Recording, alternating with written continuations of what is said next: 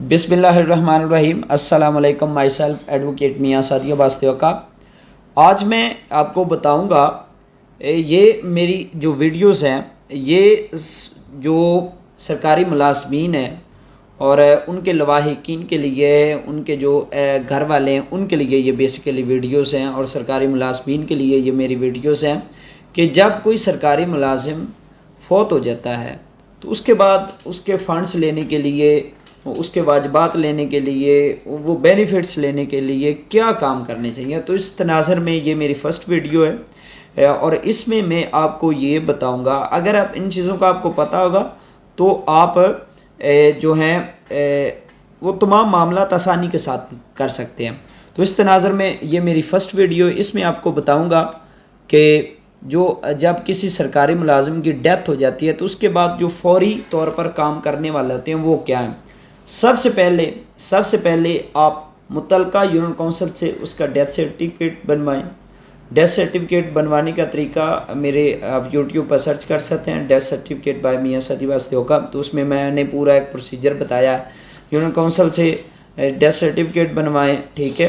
اور اس کے علاوہ اگر ڈیتھ سرٹیفکیٹ بنواتے وقت ڈیتھ سرٹیفکیٹ میں اس کا نام کی سپیلنگ وغیرہ اور اس کا پراپر نام، اس کی date of birth, date of death اور کا شناختی کارڈ بالکل درست لکھے ہونے چاہیے۔ اس کے بعد جو وفات پانے والے سرکاری ملازم یا ملازمہ کی جو سروس بک ہے اس کو اپنے پاس سنبھال کر رکھیں۔ اس کے بغیر کوئی بھی جو واجبات ہیں وہ آپ کو نہیں ملیں گے، کوئی بھی بینیفٹ آپ نہیں لے سکتے۔ اس کے علاوہ یونین کونسل سے ڈیتھ سرٹیفکیٹ بنوانے کے بعد جو بیوہ محکمہ کو ڈیتھ نوٹیفکیشن جاری کرنے کی درخواست لکھیں، ٹھیک ہے۔ جو اس کی جو بیوہ ہو یا اس کا جو وارث ہو، بیوہ ہی ہو تو وہ محکمہ کو ڈیتھ سرٹیفکیٹ جاری کرنے کی اپلیکیشن، یعنی کہ وہ جو بھی یونین کونسل سے آپ ڈیتھ سرٹیفکیٹ بنوا سکتے ہیں۔ اگر وہ نہیں بنا کے دیتے تو آپ عدالت میں کیس کر سکتے ہیں۔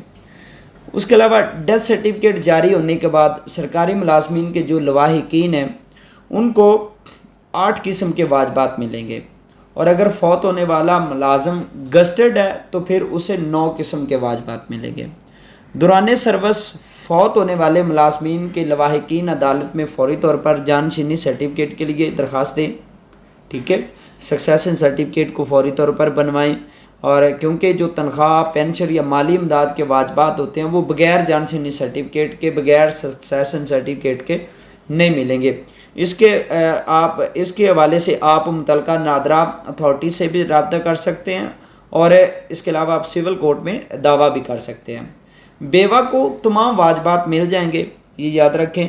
جانشینی سرٹیفکیٹ جو نادرا سے کیا جاتا ہے وہ بیوہ بھی جا کر بنوا سکتی ہے، اور بیوہ کو جو واجبات مل جائیں گے، تمام واجبات مل جائیں گے، لیکن اگر وہ دوسری شادی کرے گی تو اس کے جو واجبات ہیں یا اس کی جو تنخواہ ہے، جو پینشن ہے وہ بند ہو جائے گی، ٹھیک ہے۔ جو اس کا بینیفٹ ایک تنخواہ یا پینشن کی صورت میں ہو وہ بند ہو جائے گا۔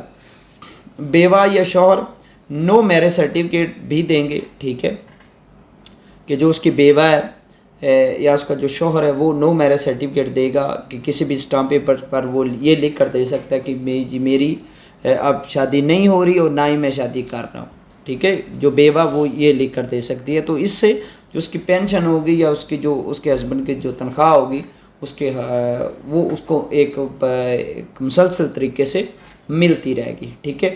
تو انشاءاللہ جو نیکسٹ ویڈیو میں اس میں آپ بات کریں گے کہ دوران سروس وفات کی صورت میں جو واجبات کی اقسام کیا ہیں اور وہ کتنی قسم کے جو واجبات ہیں۔ انشاءاللہ آپ سے پھر ملاقات ہوگی۔ اللہ حافظ۔